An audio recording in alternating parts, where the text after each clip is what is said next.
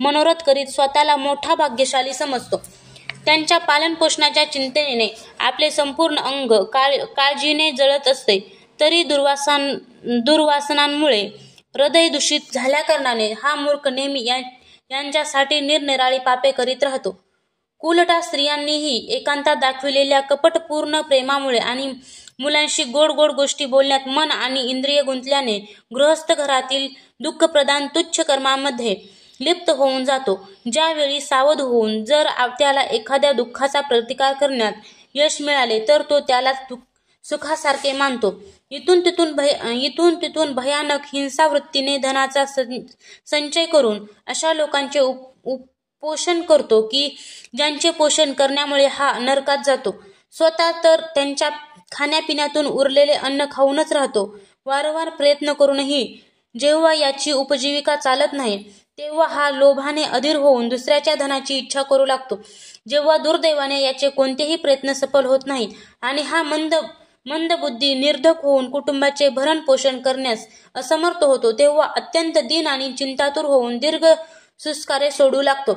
हा आपले पालनपोषण करण्यास असमर्थ आहे असे पाहून ते स्त्री पुत्रादी याचा पहिल्यासारखा आदर करीत नाहीत. जसे कंजूस शेतकरी म्हाताऱ्या बैलाची उपेक्षा करतात, एवढे होऊनही त्याला वैराग्य येत नाही. ज्यांचे याने स्वतः पालन केले होते तेच आता याचे पालन करतात. वृद्धावस्था आल्याकारणाने हा कुरूप होतो, शरीर रोगी बनते, जठराग्नी मंद होतो, भोजन आणि पुरुषार्थ दोन्हीही कमी होतात. तो मरणोन्मुख अवस्थेत घरी पडून राहतो आणि कुत्र्यांप्रमाणे स्त्री पुत्रादिकांनी अपमानपूर्वक दिलेले अन्न खाऊन उदरनिर्वाह करतो. मृत्यू समय जवळ आल्याकारणाने वाताचे उत्क्रमण होऊन डोळ्यांची बुबुळे बाहेर येतात. श्वासनलिका कफामुळे चोंदून जाते. खोकताना आणि श्वासोच्छ्वास करताना याला मोठे कष्ट होतात. तसेच कफ वाढल्याने कंठामध्ये घरघर होऊ लागते. शोकाकुल नातलगांनी घेरलेला हा पडून राहतो आणि मृत्यूपाशात बांधला गेल्याने त्यांनी बोलावूनही काही बोलत नाही. अशा प्रकारे जो मूर्ख मनुष्य इंद्रियावर विजय न मिळविता नेहमी कुटुंबाचे पालन पोषण करण्यातच व्यग्र राहतो, तो रडणाऱ्या स्वजनांमध्ये अत्यंत वेदनांनी बेशुद्ध होऊन मृत्यूला प्राप्त होतो. यावेळी त्याला नेण्यासाठी अतिभयंकर आणि रागाने डोळे लाल झालेले जे 2 यमदूत येतात, त्यांना बघून हा भयाने मलमूत्र त्याग करू लागतो.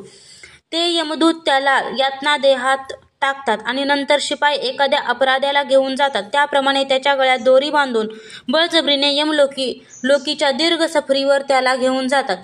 त्यांच्या दरडवण्याने याचे हृदय विदीर्ण होते आणि शरीर थरथरा कापू लागते. वाटेत कुत्री त्याचे लचके तोडतात. त्यावेळी आपण केलेल्या पापांचे स्मरण करून तो व्याकुळ होतो. तहानभुकेने तो व्याकुळ होतो. तसेच घाम, आगीचा वणवा व गरम वाऱ्याची झळ यामुळे तो तप्त होऊ लागतो. पाणी नाही, विश्रांती नाही, अशा स्थितीत तो तापलेल्या वाळूच्या मार्गातून जात असता एक पाऊलही पुढे टाकायची त्याला शक्ती नसते. यमदूत त्याच्या पाठीवर चाबकाने फटकारे मारतात, तेव्हा मोठ्या कष्टाने तो चालू लागतो. तो ठिकठिकाणी जमिनीवर पडतो. त्याला मूर्छा येते, तर तरी आल्यावर तो पुन्हा उठतो. अशा प्रकारे अतिशय दुःखमय अंधाऱ्या मार्गाने यमदूत त्याला यमपुरीला घेऊन जातात. यमलोकाकडे जाणारा मार्ग 99,000 योजने आहे. इतका लांबचा मार्ग 5-6 घटकात चालत जाऊन तो नरकातील अनेक प्रकारच्या यातना भोगतो.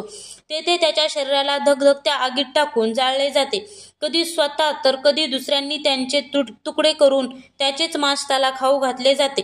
यमपुरीतील कुत्री, अगर, गिधाडे यांच्याकडून जिवंतपणीच त्याची आतडी बाहेर खेचली जातात. साप, विंचू आणि डास अशा चावणाऱ्या किंवा डंख मारणाऱ्या जीवांकडून त्याला पीडित केले जाते.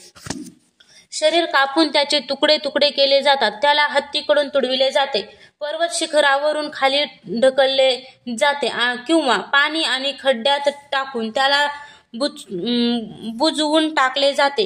या सर्व यातना तसेच अशा प्रकारचे तामिश्र, अंध तामिश्र, रौरव इत्यादी नरकांच्या अनेक यातना स्त्री असो वा पुरुष त्या जीवाला परस्परांच्या संसर्गाने होणाऱ्या पापांमुळे भोगाव्यास लागतात. हे माते, काही लोकांचे असे म्हणणे आहे की स्वर्ग आणि नरक याच लोकी आहे, कारण ज्या नरक यातना आहेत त्या येथेही दिसतात. अशा प्रकारे अनेक कष्ट भोगून आपल्या कुटुंबाचे पालन करणारा किंवा फक्त आपलेच पोट भरणारा पुरुष ते कुटुंब आणि शरीर या दोघांनाही सोडून मेल्यानंतर आपण केलेल्या पापांचे असे फळ भोगतो. आपले शरीर येथे सोडून देऊन प्राण्यांचा द्वेष केल्याने एकत्रितपणे केलेली पापरूप शिदोरी बरोबर घेऊन तो एकटाच नरकात जातो. मनुष्य आपल्या कुटुंबाचे पोषण करण्यासाठी जे पाप करतो त्याचे देवाने दिलेले अनिष्ट फळ तो नरकात जाऊन भोगतो. त्यावेळी तो इतका व्याकुळ होतो की जणू त्याचे सर्वस्व लुटले गेले आहे. जो मनुष्य फक्त पापकर्मे करूनच आपल्या कुटुंबाचे पालन पोषण करण्यास व्यस्त राहतो तो नरकामधील सर्वात कष्टप्रद स्थान असलेल्या अंधतामिश्र नरकात जातो. मनुष्य जन्म मिळण्यापूर्वी जितक्या यातना भोगाव्या लागतात, तसेच डुक्कर, कुत्रा इत्यादी योनीमध्ये जितके कष्ट आहेत ते सर्व क्रमाक्रमाने भोगून सुद्धा शुद्ध झाल्यानंतर पुन्हा मनुष्य योनीमध्ये